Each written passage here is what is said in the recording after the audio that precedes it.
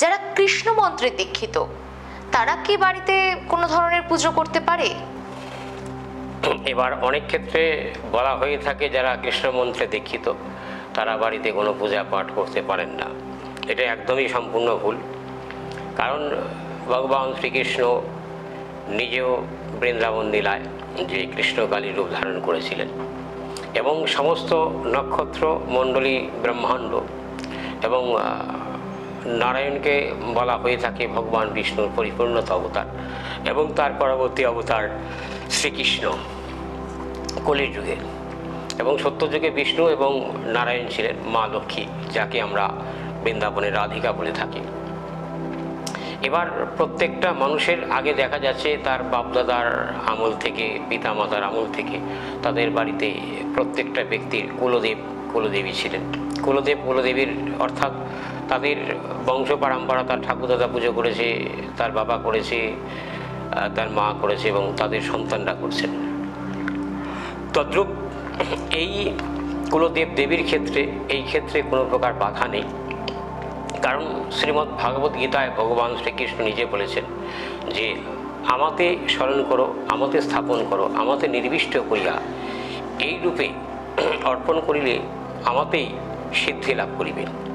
অর্থাৎ পূজা পাঠ শ্রবণ কীর্তন ইত্যাদি তুমি যাই কিছু করিবে সব কিছু আমাকেই স্মরণ করা হয়।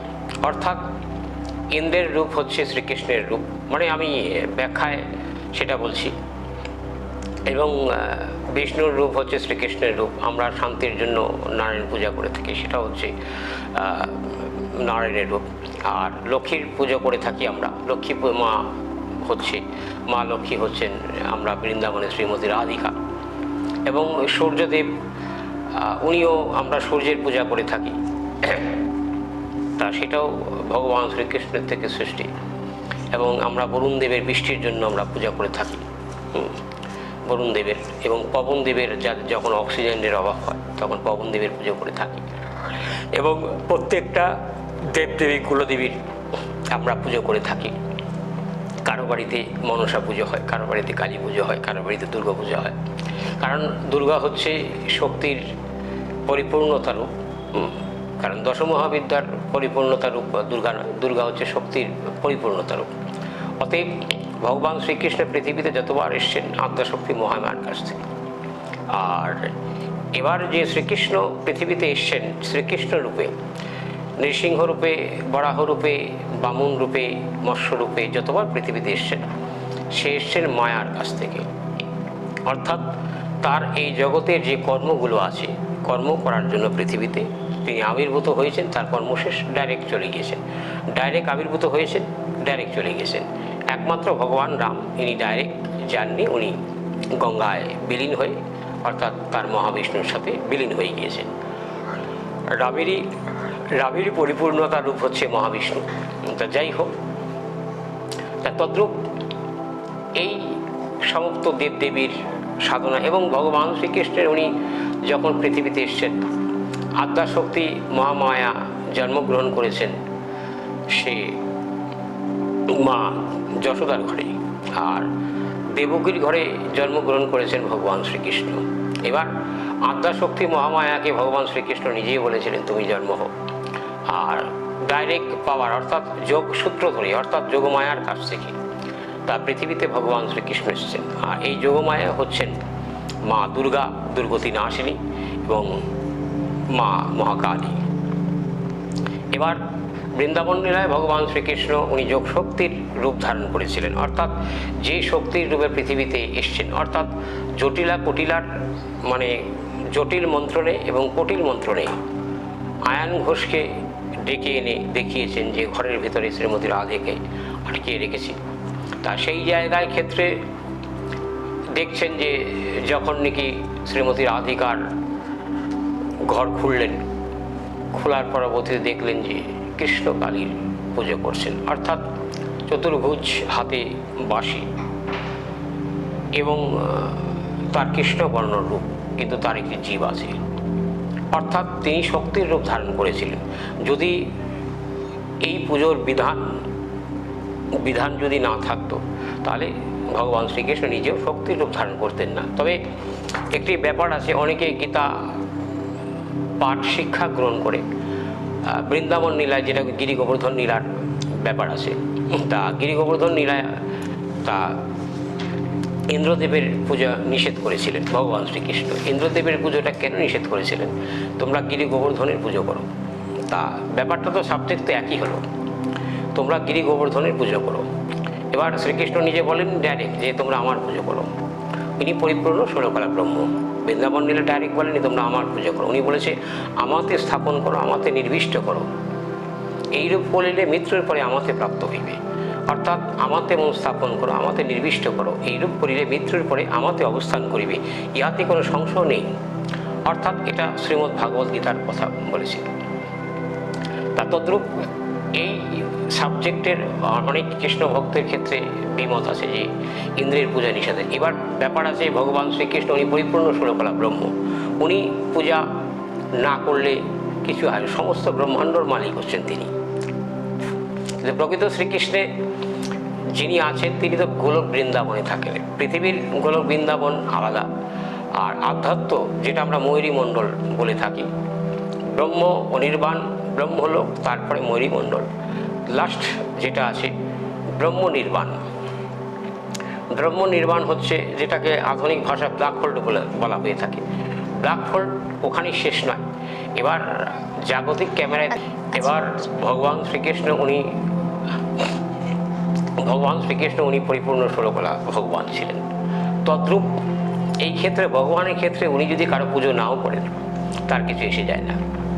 এবার বৃন্দাবন লীলায় আপনারা এটা সকলে অবগত আছেন এবং সবাই জানেন, শ্রীমদ্ বৃন্দাবন লীলার যে গ্রন্থ আছে এবং রাসলীলার সাবজেক্টটাও দেখেছেন। তা বৃন্দাবন লীলায় গিরি গোবর্ধনকে সে কনিষ্ঠা উঙ্গলির মাথায় ধারণ করেছে। একটি সাধারণ মানুষ কেন, একটি মহাপুরুষের দ্বারা তো, একটা মুনি ঋষির দ্বারা তো সম্ভব না। যিনি মানে কনিষ্ঠা উঙ্গলিতে ধারণ করেছেন। অতএব শ্রীকৃষ্ণ সাবজেক্টটা অনেক আলাদা। অনেক কৃষ্ণ ভক্ত আছেন তারা এটা নিয়ে তর্ক এবং বিমত করে থাকেন। কারণটা কি দেখুন, শ্রীমদ্ ভাগবত গীতাই কিন্তু শেষ গ্রন্থ নয়। এটা আমাদের শ্রীমদ্ ভাগবত গীতাকে কলির যুগের শ্রেষ্ঠ গ্রন্থ বলা হয়েছে এবং হিন্দু জাতি, সনাতন জাতির একমাত্র কলির যুগের গ্রন্থ হচ্ছে শ্রীমদ্ ভাগবত গীতা। এবং যারাই শ্রীমদ্ ভাগবত গীতা পড়েছেন, উপনিষদ, বেদ, রামায়ণ, মহাভারত, সাধক, ভারতের একটি গ্রন্থ আছে সাধক গ্রন্থ, যেখানে 108টি মহাপুরুষের জীবনী এবং বাণী আছে। তার মধ্যে সাধক বামা খ্যাপার আছে, ঠাকুর নিগমানন্দর আছে, প্রণবানন্দজি মহারাজের আছে, কাঠিয়া বাবা আছে, কাশীর জ্যান্ত শিব যাকে বলা হয়ে থাকে, তৈলং গোস্বামী, ঠাকুর রামকৃষ্ণ পরমহংসদেবের বিভিন্ন লোকনাথ ব্রহ্মচারী, বাবা লোকনাথ, যিনি যোগের সাধক। ইভেন সেই গ্রন্থের মধ্যে 108টি মহাপুরুষের জীবনী সেখানটায় আছে। তা সেই জায়গায় 108টি মহাপুরুষের জীবনীর ক্ষেত্রে সেই জায়গায় যারা শুধু শ্রীমদ্ ভগবত গীতায় অভ্যস্ত, কিন্তু সেই গ্রন্থগুলোকে আপনাকে পড়তে হবে এই জগৎকে, ব্রহ্মাণ্ডকে জানতে হলে। এবার শ্রীমদ্ ভগবত গীতায় যে আপনার উপদেশ অমৃত দেয়া আছে, শ্রীকৃষ্ণের মুখের বাণী, সেটা নিঃসন্দেহ এর উপরে কোনো গ্রন্থ হয়। শ্রীমদ্ ভাগবত গীতা কলির যুগের একমাত্রই মুক্তির উপায়। এবার যারা শক্তি মার্গের সাধক তাদেরও মুক্তি হয়, যারা ভক্তি মার্গের সাধক তাদেরও মুক্তি হয়। সাবজেক্টগুলো আমরা পুজোর বিধানের বলছি। ঠাকুর রামকৃষ্ণ পরমহংসদেব উনিও সাধনায় সিদ্ধি লাভ করেছেন, বহু সাধনা করেছেন, খ্রিস্ট ধর্মের, মুসলিম ধর্মের, ইহুদি ধর্মের, সব ধর্মের সাধনা করেছেন, কিন্তু সাধনায় করে দেখেছেন তিনি এক চিন্ময় সত্তা, অর্থাৎ তার কোনো রূপ নেই। কিন্তু এই জায়গায় একটি প্রসঙ্গ আছে, ঈশ্বর ভগবানের প্রকৃত রূপ নেই, তাহলে আমরা দেবতার পূজা করি কেন? অর্থাৎ সাকার ব্রহ্মের, অর্থাৎ আকারবাদী যদি আমরা সাধনা পুজো আশ্রয় না করি, নিরাকার বাড়িতে পৌঁছতে পারবো না, নিরাকার বাড়িতে আমরা পৌঁছতে পারবো না। কারণ ভগবান শ্রীকৃষ্ণ নিজেই গিরি গোবর্ধনের পূজা করেছেন। গোবর্ধন কি সাকার, অর্থাৎ একটি পাহাড়, যিনি ফল দান করতেন বৃন্দাবনকে, যিনি ছায়া প্রদান করতেন, অক্সিজেন প্রদান করতেন, তার পুজো করেছিলেন।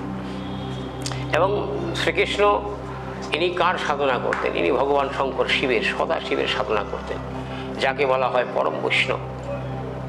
এবার যদি সাকার ব্রহ্মের যদি কোনো অস্তিত্ব নাই থাকে, তাহলে আপনি নিগুণ ব্রহ্ম নিরাকারবাদী কী করে সিদ্ধি লাভ করবেন? অর্থাৎ প্রত্যেকটা বিষয় মানুষ যদি শিক্ষাগত যোগ্যতা অর্জন করতে থাকে, ছোট্টকালে তার অ আ ক খ দিয়ে জীবনযাপন শুরু করতে হয়।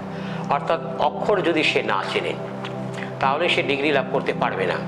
অর্থাৎ দেবতা পূজা, শ্রবণ, কীর্তন, মন্ত্রপাঠ, গুরু বন্ধনা পাঠ, গুরু মন্ত্র জপ করা, দীক্ষা মন্ত্র জপ করা, সর্বক্ষেত্রে দেখা যাচ্ছে সেইগুলো বিধান আছে ধর্মের। কারণ শ্রীকৃষ্ণ নিজেও, আমি ম্যাক্সিমাম অনুষ্ঠানে দেখবেন আমার ভগবান শ্রীকৃষ্ণকে নিয়ে একটি আলোচনা হয়ে থাকে, ম্যাক্সিমাম ক্ষেত্রে কথাতে টেনে আসে। কারণ পূর্ণ ব্রহ্ম ষোলকলা মানে কি নয়, যার জন্য এই সাবজেক্টগুলো টানতে হয়। কারণ তেতার যুগে তিনি ছিলেন রাম, দাপর যুগে শ্রীকৃষ্ণ, এবং এই কলির যুগে উনি গৌরাঙ্গ মহাপ্রভু। তা তদ্রূপ চারটে যুগে তার চারটি পরিপূর্ণতা রূপ ছিলেন, এবং 9টি রূপে তিনি জন্মগ্রহণ করেছেন পৃথিবীতে। টোটাল 10ম অবতার হবে, 10টা অবতার। প্রত্যেকটি, যেমন গৌতম বুদ্ধ আছে, ভগবান শ্রীকৃষ্ণের একটি অবতার আছে বুদ্ধ, অর্থাৎ যেই ধর্মটাকে অহিংসা পরম ধর্ম, আজকে তারাই হচ্ছে পৃথিবীর সবচেয়ে বড় হিংসা চালাচ্ছে। এবার ধর্ম কোনোটা ছোট নয়, যেমন ইসলাম ধর্মের নিগুণ ব্রহ্ম নিরাকারবাদী, নিগুণ ব্রহ্ম নিরাকারবাদী ধর্ম কোনোটাই ছোট নয়। এবার প্রাধান্যতার বিষয় হচ্ছে হিন্দু ধর্মের, সনাতন ধর্ম হচ্ছে সত্য যুগের থেকে, অর্থাৎ 1,20,000 আগে, 1,20,00,000 বছর আগে, 1,20,00,000 বছর আগের এই যে সনাতন ধর্ম, আদি ধর্ম, মানে যার শুরু নেই তার শেষ নেই। সনাতনকে সৃষ্টির আদি সত্য সনাতন বলা হয়, যার শুরু নেই শেষ নেই। প্রকৃত সনাতন ধর্ম প্রথমে বৈদিক ধর্ম।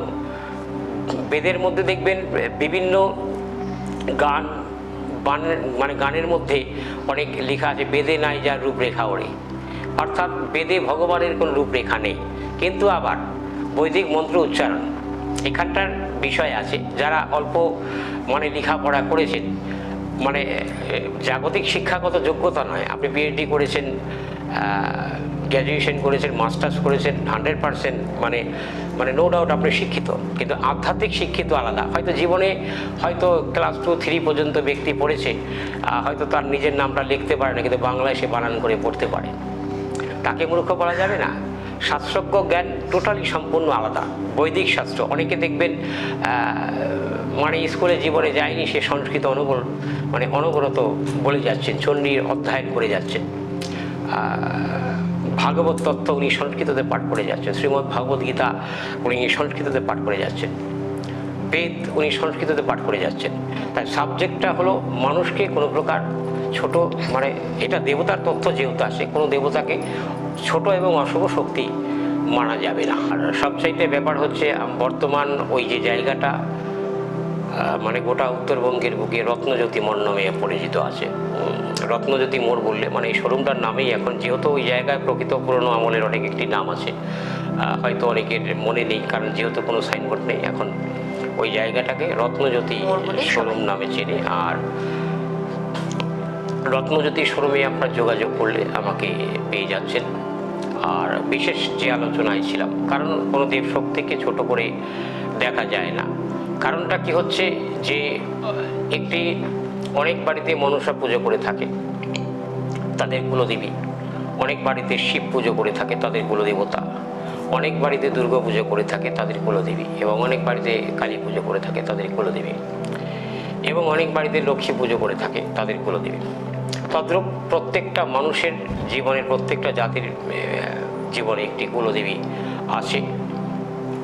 এবং যতই আপনারা কৃষ্ণমন্ত্রে দীক্ষিত হয়ে থাকে, কারণ আপনারা জানবেন যে মা মনসাকে পূজা করুন, শিবকে পূজা করুন, বা লক্ষ্মীকে পূজা করুন, দুর্গাকে পূজা করুন, কারণ সেটা ভগবান শ্রীকৃষ্ণকে পূজা করা। কারণ উনি যখন সমস্ত যুদ্ধের ক্ষেত্রে 18টা অধ্যায় অধ্যয়ন করে ফেলল, অর্জুনকে বলেছিলেন, তদ্রূপ তার বিশ্বরূপ যে আমাতেই সৃষ্টি, আমাতেই সমাহিত, সোহম, আমি সেই, আমাতে উৎপত্তি, আমাতে নিষ্পত্তি, আমাতে শুরু, আমাতে শেষ, আমাতে আরম্ভ, আমাতে বিলীন। তদ্রূপ সব কিছুই গীতায় স্পষ্ট লেখা আছে যে আপনারা যেই পুজোটাই করুন না কেন, শ্রীকৃষ্ণের পূজা আছে। দেখবেন কি আপনার ওই যখন পুজোটা করা হয়, সংকল্প করা হয়, এটা সংস্কৃত সাবজেক্টটা অনেকে অধ্যয়ন করে, ব্রাহ্মণরা পূজা করে থাকেন, এবার অনেক অব্রাহ্মণ ব্যক্তিরা পূজা করে থাকেন। তাদের পূজার বিধান জানা আছে, যাদের পৈত নেই তাদের পুজো তারা করতে পারেন। বিষয় হচ্ছে তাকে দীক্ষা গ্রহণ করতে হবে। অনেকে প্রশ্ন আছে যে উনি ব্রাহ্মণ নয়, অব্রাহ্মণ, উনি বিভিন্ন বাড়িতে পুজো করে আসছেন। কারণটাকে দেখুন, আমরা প্রত্যেকটা মানুষ হচ্ছে, জীব হচ্ছে ব্রহ্ম, অর্থাৎ ব্রহ্মসূত্র ধরে পৃথিবীতে এসছি। এই ব্রহ্মসূত্রের মাধ্যম দিয়ে আমরা পৃথিবীতে এসছি। এই ব্রহ্মসূত্র শব্দ অর্থাৎ গুরুসূত্র, এই গুরুসূত্র ধরে পৃথিবীতে এসছি, এই ব্রহ্মসূত্র ধরে আমরা পৃথিবীতে যাব। গীতায় স্পষ্ট লেখা আছে যে বহু জন্মের পুণ্যের ফলে একবার সদ্গুরুর আশ্রয় মিলে সদ্গুরুর ক্রমেই আমাকে জানিতে পারবে। সদ্গুরুর গীতার যে প্রশ্নটা, তাহলে সদ্গুরু এই যারা দীক্ষা দিয়ে পেলেন তারা কি সদ্গুরু নয়? সব গুরুই সদ্গুরু। এবার প্রসঙ্গ আছে সদ্গুরু কুলগুরুর মধ্যে পার্থক্যটা, যিনি নিজের সাধনায় সিদ্ধি লাভ করে ঈশ্বরকে লাভ করেছিলেন এবং ঈশ্বরের আদেশ অর্থাৎ ভগবানের আদেশে যিনি গুরুগিরি করতে আসেন তাকে গীতায় বলা হয়েছে গুরু, সদ্গুরু। আর যারা এই জগতে দীক্ষা দিচ্ছেন তাদেরকে কুলগুরু, অর্থাৎ আমার বাবাকে দিয়েছে, আমার মাকে দিয়েছে, আমার দাদাকে দিয়েছে, ভাইকে দিয়েছে, বোনকে আমাকে দিচ্ছে, তাদেরকে কুলগুরু বলা হয়ে থাকে। এবং বংশ পরম্পরা কুলগুরুর মাধ্যমে কিন্তু সদ্গুরু আছে যারা ব্রহ্মের সাধনায় সিদ্ধি লাভ করেছেন। অনেকে আবার তন্ত্রমতে তন্ত্রের সাধনায় সিদ্ধি লাভ করেছিলেন, কেউ মা কালীকে সিদ্ধি লাভ করেছেন, কেউ ভগবান শঙ্করকে সিদ্ধি লাভ করেছিলেন। তদ্রূপ কোনো দেবদেবী ছোট নয়। এবার ভগবান নিজে বিশ্বরূপের মাধ্যম দিয়ে দেখিয়েছেন, আমি যক্ষ, আমি কিরণর, আমি রক্ষ, আমি সুর, আমি অসুর, আমি সৃষ্টি, আমি লয়। অর্থাৎ যারা এইটা নিয়ে শ্রীমদ্ ভাগবত গীতা নিয়ে সমালোচনা করেন তাদের মানে হিন্দু ধর্মের যে সমালোচনা এইটা না করে তারা আগে বুঝবেন এবং জানবেন পৃথিবীর কোনো ধর্মের গ্রন্থে এত সুন্দর স্বচ্ছ, দেখবেন যারা সাধক আছেন, যারা প্রকৃত সাধক আছেন তারা কখনো উগ্র হয় না। কারণ প্রকৃত সাধকদের আহার থাকে সাত্ত্বিক আহার। এবার আমরা সাধারণ ভাষায় নিরামিষ আহার বলে থাকি, নিরামিষ কি? সাত্ত্বিক আহার। জগতে নিরামিষ বলতে কিছু নেই। নিরামিষ তাকেই বলা হয়ে থাকে যে জিনিসের প্রাণ নেই। কারণ আপনি একটি রুটি খেতে যাবেন, মিনিমাম সেই জায়গায় রুটিটাকে অন্তত 500 গমকে হত্যা করে একটা রুটি বানাতে হবে। আপনি ভাত খেতে যাবেন, মানে আমাদের এই সাধক জীবনে খাওয়া উচ্চারণ করতে হয় না, যদি আমরা এই অনুষ্ঠানের মাধ্যম দিয়ে আপনাদের বাংলায় ব্যাখ্যা করে বোঝাচ্ছি, আহার বলতে হয়। তা আপনি একটি রুটি খাবেন বা অল্প কিছু অন্ন ভাত খাবেন, সেই জায়গায় অন্তত 5000 ধানকে হত্যা করে আপনাকে আহার করতে হবে। তাহলে নিরামিষ কোথায় হলো? যে জিনিসের প্রাণ নেই। এইবার বলা হয়েছে জড় আর প্রকৃতি। এবার সাত্ত্বিক আহার, কারণ দেখবেন ম্যাক্সিমাম মানুষের বর্তমান sugar, blockage, heart line disturb, তারপরে শ্বাসকষ্ট, তারপরে ওই কারো স্টোমাক স্টোন হয়েছে, কারো খাদ্যস্থলিতে অসুবিধা হয়েছে, কারো ঘা হয়েছে, কারো লিভার সিস্ট হয়েছে। এইগুলোর কারণই হচ্ছে আহার। কারণ পশুর মাংস আহারে পশুর মতো মস্তিষ্ক বিকৃতি হয়। যে কোনো ব্যক্তি দেখা যাচ্ছে, ওই অনেক ব্রাহ্মণরা আছে মুরগি আহার করেন, খাসির মাংস আহার করেন, মাছটা খেতে পারেন। কারণটা কি? বর্তমান জগতে কোনোটাতেই আপনার সারযুক্ত ছাড়া কোনো কিছু নেই। কিন্তু এই দেহের যেমন খাদ্য পুষ্টির প্রয়োজন আছে, কিন্তু মাংস খেয়ে যদি কোনো ব্রাহ্মণ মানে পূজা আশ্রা করে তার পূজার কোনো ফল হয় না। এবার দেখা যাচ্ছে ঠাকুর রামপ্রসাদের ভাষাই আছে যে একটি গানের মধ্যে গিয়েছেন, জগজমকে করলে পূজা অহংকার হয় মনে মনে, জগজমকে করলে পূজা অহংকার হয় মনে মনে। অর্থাৎ জাকজমকে পুজো করলে যে ভগবান অর্থাৎ সে দেবদেবী আপনার পুজো গ্রহণ করবেন সেটা নয়। অর্থাৎ যতটা সংযত অবস্থা এবং জাকজমকবিহীন, এইবার পুজোটা আপনার জাকজমকবিহীন অর্থাৎ নিষ্ঠাবান সাত্ত্বিক ব্রাহ্মণ দিয়ে পুজোটা করালে সেই জায়গায় আপনি বালক সেবা দিতে পারেন এবং আপনি এই সমাজের মানুষকে আহার প্রদান করতে পারেন, যেটা আমরা প্রসাদ বলে থাকি। 200-500 লোককে, 100 লোককে, 50 জন লোককে আহার প্রসাদ বিতরণ করতে পারেন। এই আমরা এখন বড় বড় পূজা করি, 10 লক্ষ, 5 লক্ষ, 20 লক্ষ টাকা বাজেট করে থাকি। প্রকৃতি এটা পুজো হয় না, এটা অহংকার হয়। রামপ্রসাদের গানের যে জাঁকজমকে পড়লে পুজো অহংকার হয় মনে মনে, অর্থাৎ জুলুম করে চাঁদা উঠিয়ে সেই পুজোটা করা হয়। সেই পূজার কোনো মানে হয় না, অর্থাৎ পশুর মতো ন্যায় আচরণ করা হয়। পশুর ন্যায় সেই আচরণটা করা হয় প্রকৃত, যার জন্য এই কলির যুগের অধপতন। কী কারণে? আসরিক প্রকৃতির চরিত্রিক মানুষের এটার কারণ আছে, তারা মাংস আহার করেন, মদ্য আহার করেন, মদ্যপান করেন, বিভিন্ন অখাদ্য কুখাদ্য আহার করেন, যার জন্য সেই খাদ্যের যে গুণটা, চরিত্রটা সেই ব্যক্তির দেহে প্রবেশ করেন, অর্থাৎ তার দেহ এবং তার মন ঠিক এই রকমই চারিত্রিক সৃষ্টি হয়ে যায়। তদ্রূপ যারা প্রকৃত সাধক আছেন তাদের সাত্ত্বিক আহার করতে হবে। সাত্ত্বিক আহার অনেকে বলে থাকে যে তন্ত্র মার্গে আমাদের মানে কারণ শুধু, অর্থাৎ মদের বিধান আছে, আমাদের মাংসের বিধান আছে। মিথ্যে।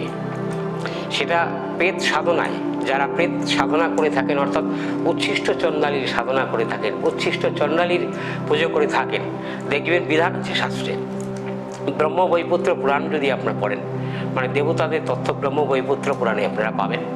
তা উচ্ছিষ্ট চণ্ডালিনী যারা সাধন করেন তাদের ক্ষেত্রে সে আহার করতে পারবেন না, সে নিজে খেতে পারবেন না, তাকে প্রসাদ প্রদান করতে হবে। আচ্ছা গুরুজি, আচ্ছা এই যে তারাপীঠে যে এত পুজো হয়, তো ওখানকার যারা তান্ত্রিকরা রয়েছেন তারা কি তাহলে খেয়ে পুজো করেন? দেখো, বর্তমান যুগ আছে, সুগারের যুগ আছে। এবার দেখা যাচ্ছে মানুষ আগে না খেলে মরতো না, এবার সত্য যুগে ইচ্ছা করলে মরতো, তেতার যুগে যে পর্যন্ত দেহে হাড় থাকে, আর দাপর যুগে শিরায় রস, আর কলিতে অন্নগত প্রাণ। না খেলে মানুষ মারা যাবে। এখন যদি মানুষ 10 ঘন্টা না খেয়ে থাকে তার দেহ অসুস্থ হয়ে যায়, যার জন্য সে সাত্ত্বিক আহার অর্থাৎ অন্ন ভোজন না করে সে অন্য কিছু ভোজন করে পুজো করতে পারেন। তার মানে একটু হালকা কিছু খেয়ে পুজো করা যায়, করতে পারেন। এটা মানে অনেকের ধারণা এরকম থাকে যে আমি পুজো করব মানে একদম নির্জলা উপবাস, যাকে আমরা বলি, মানে একদম নাম জলটাও স্পর্শ করবে না এবং সে খাবেও না। এটা বাবা মিথ্যা। এটা মিথ্যা কেন বলছি? নির্জলা উপবাস শব্দ অর্থাৎ ইন্দ্রিয় সংযম করা। ইন্দ্রিয় অর্থাৎ আমার দেহ, মন, চক্ষু, কর্ণ, নাসিকা, অর্থাৎ চক্ষু, কর্ণ, নাসিকা এগুলোকে সংযম করা, লোভটাকে বর্জন করা, দেহের থেকে, এটা যোগের একটি অভ্যাস আর কি। যারা যোগী আছেন তারা আহার কম করেন। ঠিক আছে, আগামী নেক্সট অনুষ্ঠানে আমি আবার রহস্য সিদ্ধিকারং পরং পরিতাং মক্কমাপনিতাং সত্তাং বৈনন্দিনী গিরিং বন্দে বঞ্চিতলা ভয়া চন্দ্রা অর্ধকিত শেখরাং বিশ্বরাং শূলধরা শৈলপুত্রী যশস্বিনী নমং দদানা পদ্মাভ্যাম কমাকাল মণ্ডল দেবী প্রসিদত্তমে ব্রহ্মচারিণী নৈনোত্তমা নমং পিণ্ডজরা প্রবাহুরা চন্দ্রকৃপায় সত্রায় কৈজূর্তাম প্রসাদিত রুতি মহাচন্দ্র ঘণ্টিনী বিস্তৃতাং নমং সুরা সম্পূর্ণাং কলসাং রুদি বল্লভ তমি বচ্চ দদানা পদ্মাভ্যাম কুশমাণ্ড মাতা শুভদন্তে বে নমং সিংহাসনগতাং নিত্য পদ্ম মিশ্রিত করদয় শুভদন্তে শর্করানন্দ মাতা যশস্বিনী নমং চন্দ্রহাস্য উজ্জ্বল করদয় সাদুল্য বরাহ বাহু নায়ু কাপ্রায়েনি শুভং দদা মহাদেবী দানব ঘাত্রী নমং ইয়াকোবিনী জপকর্ণ পুরাণ গুণ খরস্তুদা লঙ্গস্তকনিকা করি তৈল ভক্ত শৌরিণী বামপাদ শল্য হলদ কণ্টক ভূষণম মদন মুগ্ধ ভজ কৃষ্ণ কাররাত্রি ভয়ঙ্করী নমং शेते विशेष मारूरा श्वेतांबरा धरा शुचि महागौरी शुभां ददा महादेवी प्रमोदनं सिद्ध गंधर्व जप द्वैत औषधमरैरपि शिवा मनसा देवी भूतां सिद्धिदायिनी नमः ओम ऐं ह्रीं क्लीं महादुर्गे नवाक्खरी नवदुर्गे नवाप्तिके नवचण्डिके महामाया महामोहि महाजोगनिद्रजय मधुकैटभ विद्याविनी महिषासुरमर्दिनी धूमलोचन संहंति चंडमंड विनाशिनी रक्त बीजंतक निशुम्भ ध्वंसिनी स्तंभय दर्पकीर्ण देवी अष्टादश बाहुके कपाल खड़ंग शूल खड़ग खिटक धारिणी छिन्न मस्तक धारिणी हृदि मांस भोजिनी समस्त भूतपदादि जोग ध्वंसिनी ब्रह्मेन्द्रादि शक्ति देवी वं रक्ष रक्ष मम शत्रुनाश ह्रीं फट ओम ऐं ह्रीं क्लीं चामुण्डा वै विचे ओम ऐं ह्रीं क्लीं कालीश्वरी सर्वमनहारिणी सर्व दुःख स्तंभिनी सर्वराज वशंकरी सर्वदुष्ट निर्दलिनी सर्व स्त्री पुरुष आकर्षणी बदि सिंहलाय छोटय कोटय सर्वशत्रु भंजन्न देवीन्न निर्दल सर्वान्न स्तंभनाय मोहरंत्र देवीन्न उचाटय मुचाटय सर्वांग वसं